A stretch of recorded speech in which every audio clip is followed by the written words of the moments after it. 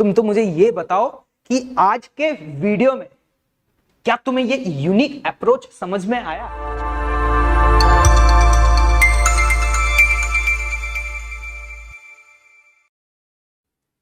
Hello students, welcome to all in this conceptual video series. आज का ये video कुछ खास है आपके लिए, क्योंकि आज मैं आपको कुछ ऐसे यूनिक अप्रोचेस बताने वाला हूं क्वेश्चंस को सॉल्व करने के, जिसमें आपको मल्टीपल इक्वेशंस लिखने की जरूरत नहीं पड़ेगी, वो ट्रेडिशनल लेंथी मेथड्स को फॉलो करने की जरूरत नहीं पड़ेगी। तो ऐसा क्या है इस वीडियो में, जरा ध्यान से देखिएगा इस स्क्रीन पर। क्या आपको यहां पर कुछ डायग्राम्स दिखाई दे रहे हैं? अगर आप न्यूटन लॉज ऑफ मोशन पढ़ चुके हैं तो आई एम 100% श्योर कि आपने इस प्रोफाइल के क्वेश्चंस को अप्रोच किया होगा, और अगर आपने रिजिड बॉडी डायनामिक्स पढ़ा है तो आपने इस प्रोफाइल का क्वेश्चन भी देखा होगा। इन प्रॉब्लम्स को सॉल्व करने में चैलेंज क्या आता था? चैलेंज था कि मेथड्स हमारे क्वाइट लेंथी होते थे, हमारे पास नंबर ऑफ इक्वेशंस कई ज्यादा होती थी, अप्रोचेस हमें पता होते थे, लेकिन प्रॉब्लम्स को सॉल्व करते करते धीरे धीरे हमारा इंटरेस्ट कम होने लग जाता था। क्यों कम होता था? क्योंकि फिजिक्स कम होती थी, मैथमेटिकल कैलकुलेशंस ज्यादा होती थी। तो कई बार ऐसा भी होता था कि हमें अप्रोच पता है, बेसिक कॉन्सेप्ट पता है क्वेश्चन को सॉल्व करने का, फिर भी just because of the calculation error हमसे ऐसे क्वेश्चंस गलत हो सकते थे। तो आज के वीडियो में मैं आपको एक ऐसा मेथड बताने वाला हूं जिसमें न्यूटन लॉज ऑफ मोशन के क्वेश्चंस को with the help of work energy theorem आप एक सिंगल इक्वेशन लिख करके भी सॉल्व कर सकते हैं। हां, मैंने सही बोला, सिंगल इक्वेशन लिख करके भी सॉल्व कर सकते हैं। अगर आज के इस वीडियो को आपने एंड तक देखा तो इसके बाद ऐसे कई सारे क्वेश्चंस जिसमें आपको मल्टीपल इक्वेशंस लिखने की जरूरत पड़ती थी, आपको वो जरूरत नहीं पड़ेगी। और ये मेथड है वर्चुअल वर्क मेथड, और यहां पे मैं वर्क एनर्जी थ्योरम को पूरे सिस्टम पे लगा करके न्यूमेरिकल्स को कैसे जल्दी से जल्दी सॉल्व किया जा सकता है वो आपको सिखाने वाला हूं। तो चलिए आगे बढ़ते हैं। जैसे कि ये क्वेश्चन आपके सामने आपसे पूछा जा रहा है, find the acceleration of a given blocks. यहां पे गिवन ब्लॉक को रिलीज किया गया और आपसे पूछा गया एक्सेलरेशन। आपको ट्रेडिशनल मेथड आई होप सभी को पता होगा। क्या करते हैं, इन गिवन ब्लॉक्स के फ्री बॉडी डायग्राम्स बनाते हैं और इक्वेशंस लिखते हैं। अगर नंबर ऑफ इक्वेशंस कम होती हैं तो अगली इक्वेशन कंस्ट्रेंट से आती है। मैं वो ट्रेडिशनल मेथड यहां डिस्कस नहीं कर रहा। आप जाइए, आप अपने क्लास नोट्स को देखिए। डेफिनेटली अगर आपने एनएलएम पढ़ा है तो आपके क्लास नोट्स में इस प्रोफाइल के क्वेश्चंस पक्का होंगे। मैं बताऊंगा आपको वर्क एनर्जी थ्योरम से कैसे डील कर सकते। जैसा कि आप यहां ऑब्जर्व कर पा रहे होंगे कि अगर मैं यहां कहूं कि टेंशन टी है,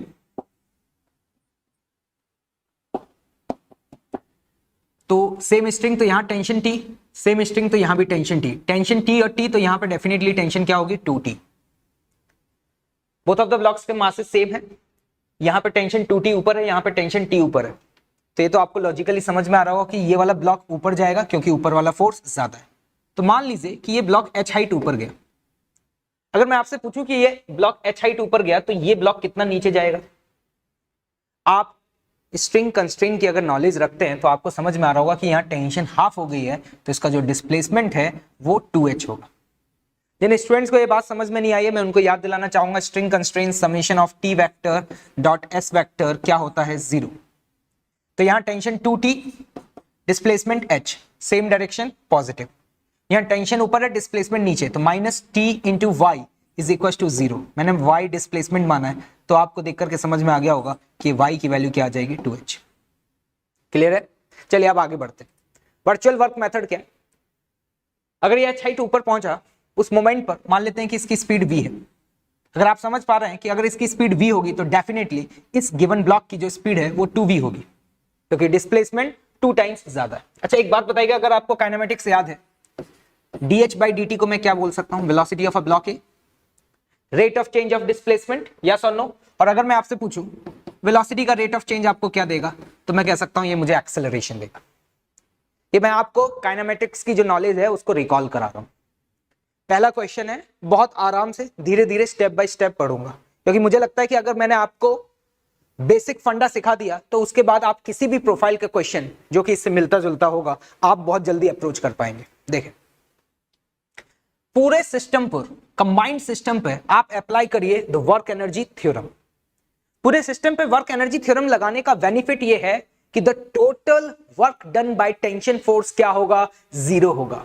और अगर ये बात नहीं पता है आप लोगों को तो मैं इस टॉपिक पर ऑलरेडी एक वीडियो बना चुका हूं, आप प्लेलिस्ट में जाकर के देख सकते हैं, work done by internal forces. तो पूरे सिस्टम पे total work done by tension force 0 होगा। सिर्फ और सिर्फ पूरे सिस्टम पे किसका वर्क होगा, ग्रेविटी का वर्क होगा। ऑब्जर्व करिए ये ब्लॉक नीचे आया, इस पर ग्रेविटी का वर्क पॉजिटिव होगा, तो मैं अगर पूरे सिस्टम पे ग्रेविटी का वर्क लिखूं तो लिखूंगा mg इंटू 2h। ब्लॉक ए ऊपर गया, उस पर ग्रेविटी का वर्क होगा mgh।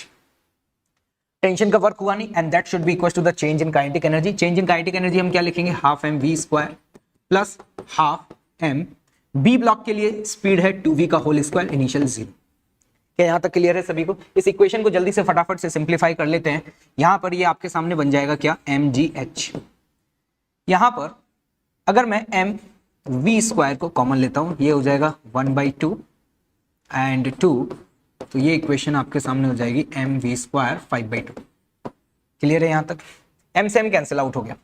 अब आपको लग रहा होगा यार यहां इक्वेशन में एक्सेलरेशन पूछा गया है, यहां तो वेलोसिटी आ रहा है। रुकिए थोड़ा सा सब्र रखिए भाई। वर्क एनर्जी थ्योरम पूरे सिस्टम पे लगाना है, this is the step number 1। और इसके बाद आपको कुछ नहीं करना, इस इक्वेशन को डिफरेंशिएट मार दीजिए, आपको आंसर मिल जाएगा।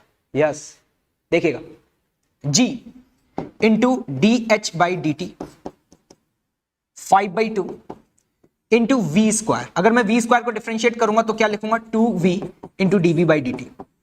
यहां तक किसी को कोई डाउट? ये मैंने चेन रूल की हेल्प से लिख दिया, ठीक। ऑब्जर्व करिएगा ये डी बाई डी टी क्या है, v। आप ऑब्जर्व कर पा रहे हैं ये v यहां पर भी है, तो मैं इस v को और इसको कैंसिल आउट कर दूंगा, 2 से 2 हो जाएगा आपका कैंसिल आउट। और ऑब्जर्व करिए ये dv बाई dt क्या है, this is the acceleration of a block ए। खत्म हो चुका है आपका, यस एक्सेलरेशन आ चुका है आपके सामने g/5।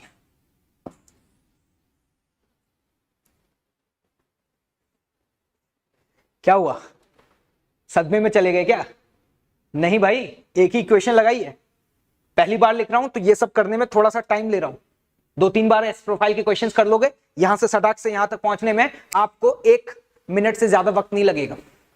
ब्लॉक ए का एक्सेलरेशन g/5 आ चुका है, ब्लॉक बी का आपको समझ में आ रहा है, उसका डिस्प्लेसमेंट 2 टाइम्स है, तो ब्लॉक बी का जो एक्सेलरेशन है ये क्या हो जाएगा, 2g/5। This is the approach.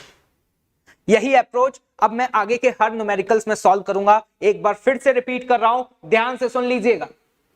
क्या करना है, वर्चुअल वर्क मेथड पूरे सिस्टम पर वर्चुअली आप ये मानिए कि कोई एक ब्लॉक डिस्प्लेस हुआ, कंस्ट्रेन लगा करके दूसरे ब्लॉक का डिस्प्लेसमेंट कंसीडर करिए, उसके बाद लगाइए पूरे सिस्टम पर वर्क एनर्जी थ्योरम। क्लियर है? और उसे कर दीजिए डिफरेंशिएट, आपको आपका आंसर मिल जाएगा। चलिए आगे बढ़ता हूं। ये क्वेश्चन देखिएगा, इस क्वेश्चन को वर्क एनर्जी थ्योरम से कैसे सॉल्व करें।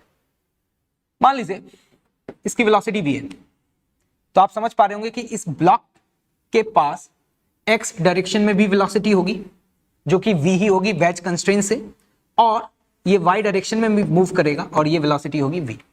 इस स्ट्रिंग कंस्ट्रेंट से मैं बोल सकता हूं। अगर ये बात आपको नहीं पता है तो एक बार स्ट्रिंग कंस्ट्रेंट आप रिवाइज करिए। मतलब हम ये कह सकते हैं ये जो ब्लॉक है इसके पास x कंपोनेंट भी v होगा और y कंपोनेंट भी v होगा। ठीक है भाई, अब देखिएगा इसके आगे मैं आपको बताता हूं। पूरे सिस्टम पर क्या लगाएंगे, वर्क एनर्जी थ्योरम। मान लीजिए ये वाला ब्लॉक जो है वो h नीचे आया, और आप यहां पे समझ पा रहे होंगे कि dh/dt की जो वैल्यू है वो किसके बराबर होगी, v के बराबर होगी। अगर कुछ स्टूडेंट्स यहां पे इस बात को लेकर के कंफ्यूज हैं कि उनको ये समझ में नहीं आ रहा ये v और ये v कैसे आया, तो थोड़ी देर पेशेंस रखिए, मैं पहले इसको सॉल्व करता हूं और बाद में आपको उस चीज का एक्सप्लेनेशन भी दे दूंगा। परेशान होने की जरूरत नहीं है, जब हम हैं तो फिर क्या गम है। लेट्स सी, देखिएगा पूरे सिस्टम पे वर्क एनर्जी थ्योरम लगाऊं तो मुझे समझ में आ रहा है कि वर्क सिर्फ और सिर्फ ग्रेविटी का इसी पे होगा, टेंशन का कोई भी वर्क नहीं है। तो वर्क एनर्जी थ्योरम से mgh is equal to the change in kinetic energy half m v square plus half m इस गिवन ब्लॉक की स्पीड जो है वो आप देख पा रहे होंगे v i cap minus of v j cap है। और अगर आपसे मैं बोलूं कि इसका मैग्नीट्यूड बताइए तो मैग्नीट्यूड कितना हो जाएगा भाई, √2v। क्लियर? तो √2v का स्क्वायर करेंगे तो ये कितना हो जाएगा 2v स्क्वायर, या आप ऐसे सिंपली लिख सकते हैं x कंपोनेंट का स्क्वायर प्लस y कंपोनेंट का स्क्वायर। यहां तक क्लियर है सभी को? mm कैंसिल आउट हो गया भाई, सब कुछ आपको समझ में आ गया होगा।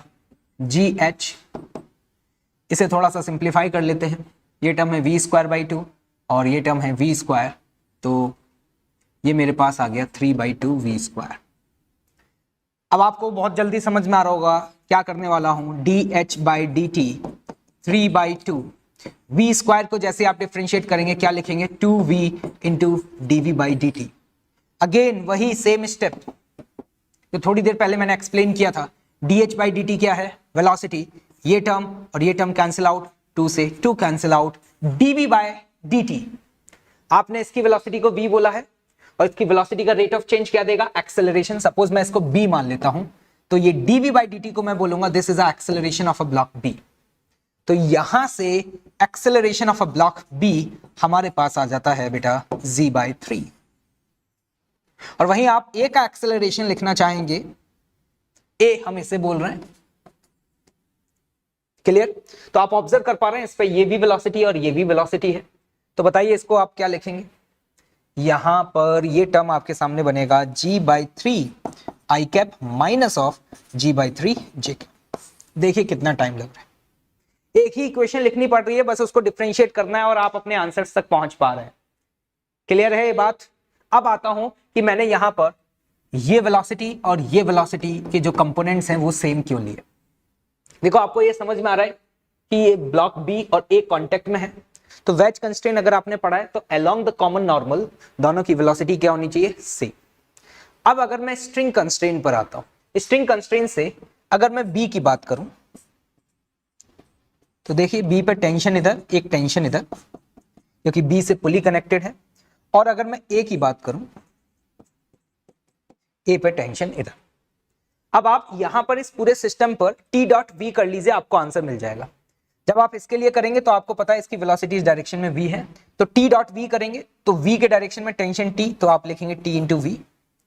ऑब्जर्व करिए इस पर, टेंशन के डायरेक्शन में मान लीजिए ये वाला कंपोनेंट Vy है, तो यहां पर आप क्या लिखेंगे, माइनस T इंटू Vy, और इसको क्या करेंगे 0। तो देखिए यहां पर Vy कंपोनेंट किसके बराबर आ गया, v के बराबर आ गया।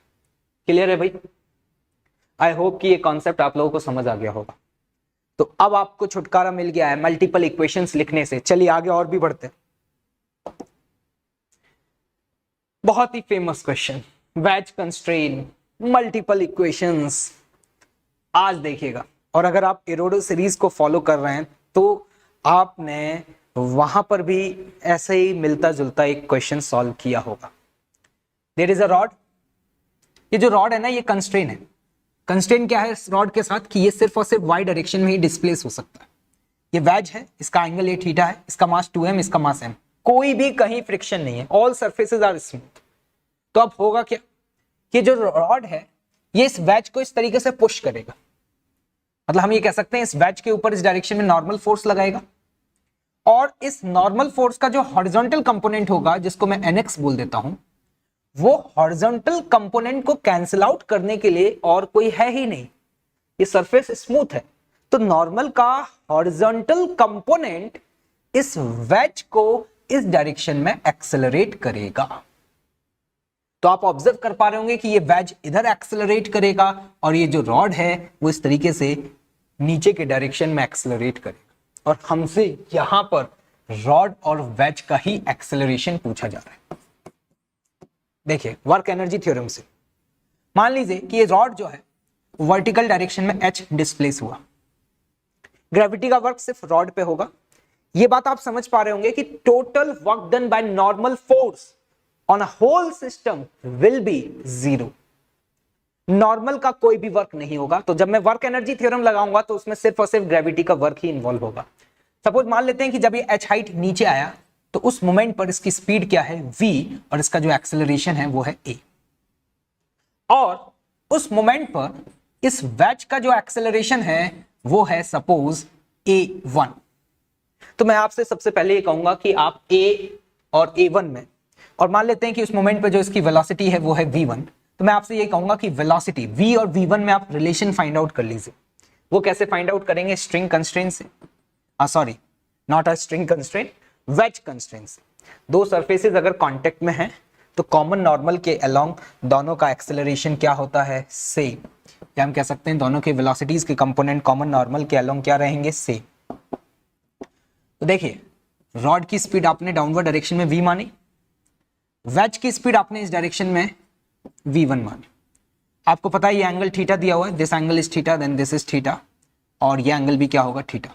कॉमन नॉर्मल के अलोंग वेज और रॉड के वेलोसिटीज के कंपोनेंट क्या होने चाहिए, सेम होने चाहिए। क्लियर बात, बताइए। कॉमन नॉर्मल के अलोंग v1 का कंपोनेंट क्या आएगा, v1 का ये वाला कंपोनेंट हो जाएगा, देख करके लिखिए, v1 साइन थीटा। क्लियर। और v का कंपोनेंट नॉर्मल के अलोंग क्या आ रहा है भाई, v cos थीटा। चेक कर लीजिए, यहां से v1 की वैल्यू आ जाती है v cot थीटा। ये कंस्ट्रेंट है भाई, ये तो आपको करना ही पड़ेगा। कंस्ट्रेंट रिलेशन तो आपको इन न्यूमेरिकल्स को सॉल्व करने के लिए आना ही चाहिए। क्या यहां तक आपको समझ आ गया? चलिए आगे बढ़ते हैं। क्या था, work energy theorem on a whole system. देखिएगा, mgh, और कोई वर्क नहीं है पूरे सिस्टम पर, नॉर्मल का वर्क 0 बराबर change in kinetic energy half m into v square plus half 2m into v1 का स्क्वायर। लेकिन v1 की वैल्यू हमें पता है v cot थीटा है, तो मैं क्या लिख सकता हूं, v square cot square theta. अरे क्लियर है ना भाई, कैलकुलेशन चेक कर लो। पूरे सिस्टम पे वर्क एनर्जी थ्योरम लगाइए और अभी देखना आंसर निकालेंगे एक इक्वेशन लिख करके। हाँ देखो, ठीक है भाई, m वाले टर्म्स को कैंसिल आउट कर दें, ये लो कर दिया भाई। यहां पे g into h, in term को देख लेते हैं भाई। यहां पर अगर मैं v स्क्वायर बाय 2 को कॉमन ले लूं तो अंदर मेरे सामने क्या बन रहा है, 1 प्लस 2 कॉट स्क्वायर थीटा। ये देखो चेक करो, सही लिखा है ना भाई, v स्क्वायर बाई 2 को कॉमन ले लिया तो अंदर आपके सामने ये टर्म बन गया। अब देखिएगा इसको क्या करना है, नेक्स्ट स्टेप क्या है, इसको डिफरेंशिएट करना है। इसको डिफरेंशिएट करेंगे तो क्या लिखेंगे, dh by dt is equal to v square को डिफरेंशिएट करेंगे। अब आप समझदार हैं, आप सीख चुके हैं, 2v into dv by dt और डिनोमिनेटर में 2 था, into 1 plus 2 cot square theta. Observe करिए, dh बाई dt और ये v कैंसिल आउट, 2 से 2 कैंसिल आउट, और ये क्या लिखा हुआ है, dv by dt is what, this is the acceleration of a rod. क्योंकि आपने v किसका वेलोसिटी माना था, रॉड का, तो उसका रेट ऑफ चेंज क्या देगा, एक्सेलरेशन ऑफ अ रॉड। तो यहां से हमें समझ में आ रहा है कि एक्सेलरेशन ऑफ अ रॉड की जो वैल्यू है वो हमारे सामने क्या आती है, g divided by 1 plus 2 cot square theta. और अगर ये आ चुका है तो हमारे पास वेज का एक्सेलरेशन भी आ जाएगा, क्योंकि हमें वेलोसिटीज में रिलेशन पता है। इसको डिफरेंशिएट करेंगे तो वेज का जो एक्सेलरेशन है वो क्या होगा, a acceleration of a rod into cot theta, मतलब वेज का एक्सेलरेशन क्या लिखा जा सकता है, g cot theta divided by 1 plus 2 cot square theta. क्या कहेंगे जो स्टूडेंट्स इस क्वेश्चन को एनएलएम से सॉल्व कर चुके हैं, उन्हें पता होगा कि इसको सॉल्व करने के लिए उन्हें कितनी मेहनत करनी पड़ती थी, कितनी इक्वेशंस बनानी पड़ती थी, फिर उन इक्वेशंस को सॉल्व करना होता था। और मैंने कई बार देखा है कि मोस्ट ऑफ द स्टूडेंट्स का जो कॉन्फिडेंस था ना, वो एक इंटरमीडिएट स्टेज पे जाकर के टूट ही जाता था। लेकिन आज बताओ तुम, इस मेथड को पढ़ने के बाद क्या तुम्हारा इस प्रोफाइल के क्वेश्चंस को डील करने के लिए जो कॉन्फिडेंस लेवल है वो बढ़ा या नहीं बढ़ा? आज क्या ये प्रोफाइल के क्वेश्चंस देखने के बाद क्या तुम्हारे मन में 1% भी ये डाउट आएगा क्या कि यार सॉल्व करूं या ना करूं? अप्रोच तो पता है, लेकिन यार क्या मेथड बहुत लेंदी है। नहीं है लेंदी, वर्क एनर्जी थ्योरम की ये ब्यूटी है भाई। वर्क एनर्जी थ्योरम से सिर्फ वेलोसिटी ही नहीं निकाली जा सकती, किसी अननोन फोर्स का वर्क ही नहीं निकाला जा सकता। इवन वर्क एनर्जी थ्योरम से हम इस प्रोफाइल के क्वेश्चंस को भी सॉल्व कर सकते हैं। आप ऑब्जर्व कर पा रहे हैं, सिर्फ मैं पूरे सिस्टम पे वर्क एनर्जी थ्योरम लगा रहा हूं और कंस्ट्रेंट रिलेशन का यूज कर रहा हूं। कंस्ट्रेंट रिलेशन डेफिनेटली आपको पता होना चाहिए, बिना कंस्ट्रेंट के आप अप्रोच नहीं कर पाएंगे, क्योंकि आप उनके वेलोसिटीज के बीच में रिलेशन फाइंड आउट नहीं कर पाएंगे। तो आप देख रहे हैं एक इक्वेशन, सट डिफरेंशिएट, और हम अपने आंसर तक पहुंच रहे हैं। अगर आप इस प्रोफाइल के 3 से 4 सवाल कर लेंगे ना, तो आपको इन स्टेप्स को करने में भी बहुत ज्यादा वक्त नहीं लगेगा। तो बताइए आप लोगों को समझ में आ रहा है ना? और अगर समझ में आ रहा है तो प्लीज कमेंट बॉक्स में कमेंट करके जरूर बताइएगा, क्योंकि आप लोगों के जो कमेंट्स है ना, वही हमारा जो कॉन्फिडेंस लेवल है ना, वो राइज करते हैं या हमें मोटिवेट करते हैं कि इस तरीके के ऐसे टॉपिक्स जिनमें हम क्वेश्चंस को बहुत जल्दी एक यूनिक अप्रोच से सॉल्व कर सकें, ऐसे टॉपिक्स ज्यादा से ज्यादा आप स्टूडेंट्स के लिए अपलोड कर पाए। क्लियर है बात? देखना और भी बताऊंगा तरीके। अब बात करूंगा रोटेशनल मैकेनिक्स की, जहां पर कई सारे न्यूमेरिकल्स आपके सामने आते हैं और उनको सॉल्व करने के लिए आपको 4-4, 5-5 इक्वेशंस लिखनी पड़ती हैं, और आज सिर्फ एक इक्वेशन से आप अपने आंसर तक पहुंच रहे होंगे। Let's see. हाँ, देखिए क्वेश्चन देख करके लग रहा होगा ये क्वेश्चन तो हम लोगों ने डेफिनेटली सॉल्व किया। यस, किया होगा, लेकिन मैं आपको बता दूं कि आज जो आपकी पुली है ना, ये एक इनर्शियल पुली है। मतलब there is a friction between the string and the pulley. मतलब आज जब ये ब्लॉक्स मूव करेंगे, मतलब M2 is greater than M1, मतलब आज जब ये ब्लॉक्स मूव करेंगे तो ये पुली भी घूमेगा। अगर आप रोटेशनल मैकेनिक्स पढ़ चुके हैं तो ऐसा हो ही नहीं सकता कि ये सवाल आपने नहीं सॉल्व किया। बहुत ही बेसिक सवाल है। जब भी हम इनर्शियल पुलीज को पढ़ते हैं ना, तो सबसे पहला इलस्ट्रेशन जो क्लास में होता है ना, वो यही होता है।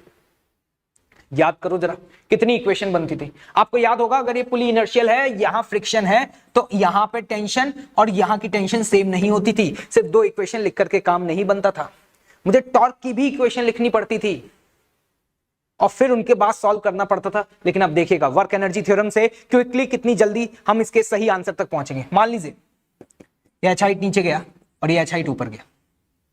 ऑब्वियस सी बात है, ये आपको समझ भी आ रहा होगा स्ट्रिंग कंस्ट्रेंट से, ये एच नीचे जाएगा, ये एच ऊपर जाएगा, क्योंकि length of a string change नहीं होगी। पूरे सिस्टम पे लगा दो वर्क एनर्जी थ्योरम, सिर्फ ग्रेविटी का वर्क होगा। ग्रेविटी का वर्क क्या लिखूंगा? M2 GH minus M1 GH बराबर change in kinetic energy half m। एक बात बताना, ये बात आपको समझ आ रही होगी, h हाइट नीचे मूव करने के बाद जब इसका स्पीड v होगा, क्या उस मोमेंट पे इसका स्पीड भी v होगा? क्लियर है? अच्छा, एक और बात, पुली अगर घूम रहा है तो सपोज उस मोमेंट पर इसका एंगुलर स्पीड है ओमेगा, तो क्या अगर यहां स्लिपिंग नहीं हो रही है तो आप शायद समझ पा रहे होंगे ओमेगा की वैल्यू को मैं क्या लिख पाऊंगा? v/r। देखिएगा, जब मैं काइनेटिक एनर्जी लिखूंगा ना, तो काइनेटिक एनर्जी में यहां पे 3 चीजें हैं आपके पास। आपके सिस्टम के अंदर M1 भी है, M2 भी है और पुली भी है। तो जब आप काइनेटिक एनर्जी लिखेंगे तो आप देखिएगा क्या लिखेंगे? Half M1 V1 square plus half M2 V2 square. Clear है बात? प्लस हाफ पुली की काइनेटिक एनर्जी, पुली रोटेट कर रही है, हाफ आई ओमेगा स्क्वायर, लेकिन ओमेगा की वैल्यू क्या लिख सकता हूं? V/r का whole square. This is the kinetic energy, final kinetic energy minus initial 0। ठीक, what will be the next step? जरा ध्यान से देखिएगा, यहां पर M2 minus M1 into G into H। यहां पर थोड़ा सा चेंज कर लीजिएगा, V1 और V2 दोनों की वैल्यूज क्या होंगी? सेम होंगी, तो हम इसे V ही लिख देते हैं, है ना? ठीक है, यहां पे मैं अगर v²/2 को कॉमन लेता हूं, आपके पास अंदर टर्म के अंदर क्या क्या बचेगा? जल्दी से बताइए। M1 प्लस M2 प्लस, और ये टर्म बनेगा आपके सामने I/r²। डिफरेंशिएट करिए, आंसर तक पहुंच चुके हैं। इसके बाद आपको समझ आ रहा होगा, यहां टर्म लिखेंगे M2 minus M1 G into dH/dt। बार बार वही सेम डिफरेंशिएशन बन रहा है, v²। अब तो याद ही हो गया होगा आपको, 2v इंटू dv/dt, और ये पूरा टर्म तुम्हारे सामने जनाब कांस्टेंट है। अरे कुछ चमक रहा है आप लोगों को? ऑब्जर्व करिए जरा, यहां पर dH/dt क्या है? v। ये v और ये v क्या हो गया? कैंसिल आउट, 2 से 2 cancel out. What is dv/dt? This is acceleration. Term को डिवाइड करिए, एक्सेलरेशन मिल चुका है। M2 minus M1 divided by M1 plus M2 plus I/r r square multiplied by g. मुझे पता है कि कुछ स्टूडेंट्स को तो इसका आंसर भी याद होगा, काफी फेमस ट्रेंडिंग क्वेश्चन रहा है। कितनी इक्वेशन बनानी पड़ रही? क्या आज आपको एफबीडी ड्रॉ करना पड़ रहा है? क्या आज आपको टॉर्क एनालिसिस करनी पड़ रही है? क्या नहीं करनी पड़ रही ना भाई। आज आपको सिर्फ और सिर्फ पूरे होल सिस्टम पर वर्क एनर्जी थ्योरम लगाना पड़ रहा है। तो सोचिए, एनएलएम के क्वेश्चंस ही नहीं, इवन रिजिड बॉडी डायनामिक्स के ऐसे कई सारे सवाल। अभी आपके लिए होमवर्क है, अगर आपने रिजिड बॉडी डायनामिक्स पढ़ा है, रोटेशनल मैकेनिक्स पढ़ा है और वहां पे आपने इनर्शियल पुलीज के क्वेश्चंस को सॉल्व किया है, जहां पर आपको कई सारी इक्वेशंस बनानी पड़ी हो, एक बार आप सोचिए कि अगर आप अपना वे ऑफ थिंकिंग चेंज करें और वर्क एनर्जी थ्योरम से अप्रोच करें, तो आप क्या उन क्वेश्चंस को अप्रोच कर पाएंगे कि नहीं?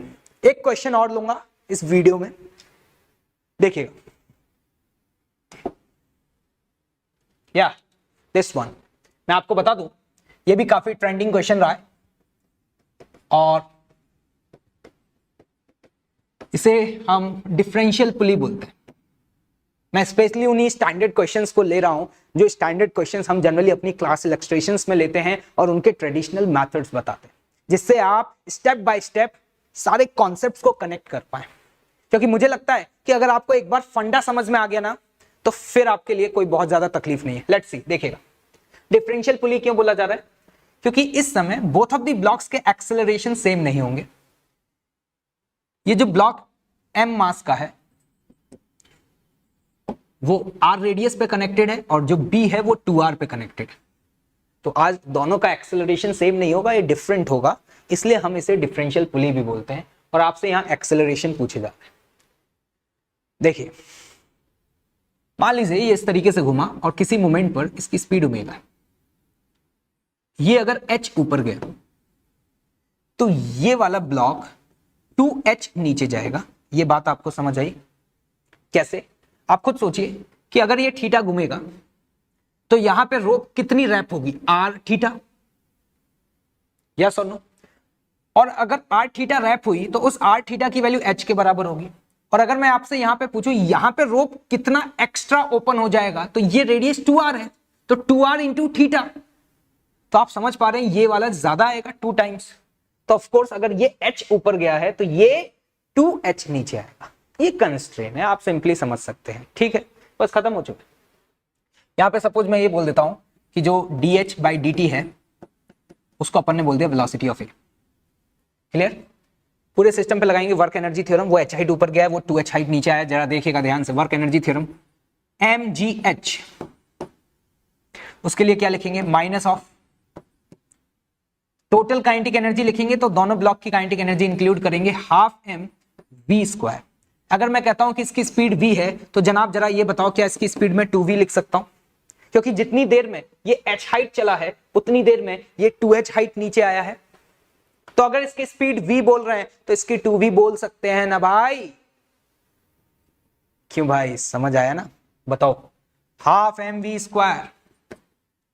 आगे इसके लिए क्या लिखेंगे? हाफ m, m नहीं है भाई, चेंज कर लेना मास। m की वैल्यू क्या है? 2m इंटू 2v का होल स्क्वायर। क्या सिर्फ इतना ही आएगा? नहीं, एक और एडिशनल टर्म आएगा, half I of that differential pulley into omega square. लेकिन आप ऑब्जर्व कर पा रहे होंगे ओमेगा की वैल्यू v के टर्म्स में लिखी जा सकती है। यहां पर आपको पता, अगर ये ओमेगा है तो इस पॉइंट की जो स्पीड होगी वो r ओमेगा होगी, और r ओमेगा जो इस पॉइंट की स्पीड है, अगर स्लिपिंग नहीं हो रही तो ये v के बराबर होगा। तो ओमेगा की वैल्यू को मैं यहां पर क्या लिख सकता हूं? v by r। तो यहां पर हम v बाय r का होल स्क्वायर माइनस 0। अब दोबारा से मुझसे सॉल्व करवाओगे क्या? ऐसी कितनी इक्वेशन बार बार मैं सॉल्व कर चुका हूं भाई, पिछले 4 से 5 सवालों में मैंने यही तो किया है। क्या अब इसके बाद इसको सिंप्लीफाई कर लोगे, डिफरेंशिएट कर लोगे? एक सवाल तो खुद से कर लो कि हर सवाल के फाइनल आंसर तक देख के ही जाओगे। तुम तो मुझे ये बताओ कि आज के वीडियो में क्या तुम्हें ये यूनिक अप्रोच समझ में आया? क्या आज के बाद अगर इस प्रोफाइल के क्वेश्चंस तुम्हारे सामने आएंगे तो क्या आप एफबीडी ड्रॉ करने वाले हो क्या? या वर्क एनर्जी थ्योरम लगा करके एक सिंगल इक्वेशन लिख करके आंसर तक पहुंचोगे। आई होप कि इस वीडियो ने आपकी वाकई में काफी हेल्प करी होगी। और भी इसी तरीके के कॉन्सेप्चुअल वीडियोस जिसमें आपको कुछ यूनिक मेथड जो कि आपके ट्रेडिशनल मेथड से थोड़े से डिफरेंट होंगे, या हम कह सकते हैं ऐसे मेथड्स जिनसे हम कॉम्प्लेक्स न्यूमेरिकल्स को बहुत जल्दी सॉल्व कर सकते हैं, आगे के इस सीरीज में लाते रहेंगे। बस मेरी आप लोगों से रिक्वेस्ट है कि इन वीडियोस को ज्यादा से ज्यादा स्टूडेंट्स तक शेयर करें, जिससे हमारी जो टीम है उसका ये मोटिवेशन लेवल जो है वो मेंटेन रह पाए और हमें भी ज्यादा से ज्यादा मोटिवेशन मिले कि हमारे जो स्टूडेंट्स हैं, हमारे जो व्यूअर्स हैं, वो इस सीरीज को फॉलो कर रहे हैं। तो आप कमेंट बॉक्स में लिख करके बताइएगा और ऐसे कौन से न्यूमेरिकल्स हैं या ऐसे कौन से प्रॉब्लम्स हैं जिनका अप्रोच आपको पता है, फिजिक्स आपको पता है, लेकिन प्रॉब्लम्स को सॉल्व करने में आपके पास जो मेथड्स हैं वो बहुत ही ट्रेडिशनल लेंथी मेथड्स हैं और आप उनको फॉलो करते करते काफी बोर फील करते हैं। आई एम प्रॉमिस्ड कि ऐसे ऑल्टरनेट मेथड्स आपके लिए लेकर के आऊंगा जो वाकई में आपने इससे पहले कभी नहीं देखे होंगे। Okay, so thank you so much.